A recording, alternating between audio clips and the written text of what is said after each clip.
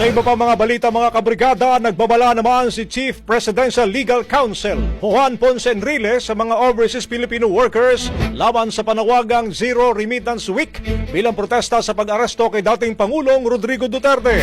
Ayon pa kay Enrile, maaaring magdulot ito ng hindi kanais-nais na epekto kabilang ang posibilidad ng pagkawala ng ilang tax benefits na natatamasa ng mga OFW.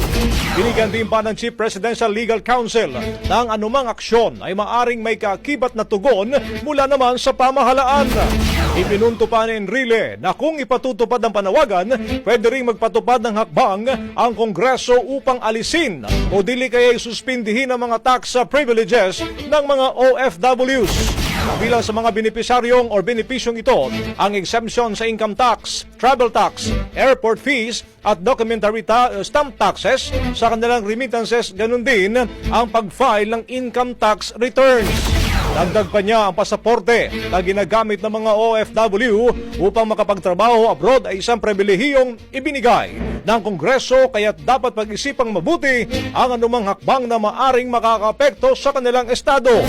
Samantala, unang nagbawala si Palace Press Officer Claire Castro na ang Zero Remittance Week ay maaring magdulot ng negatibong epekto sa ekonomiya ng bansa at sa mga pamilya ng mga OFWs.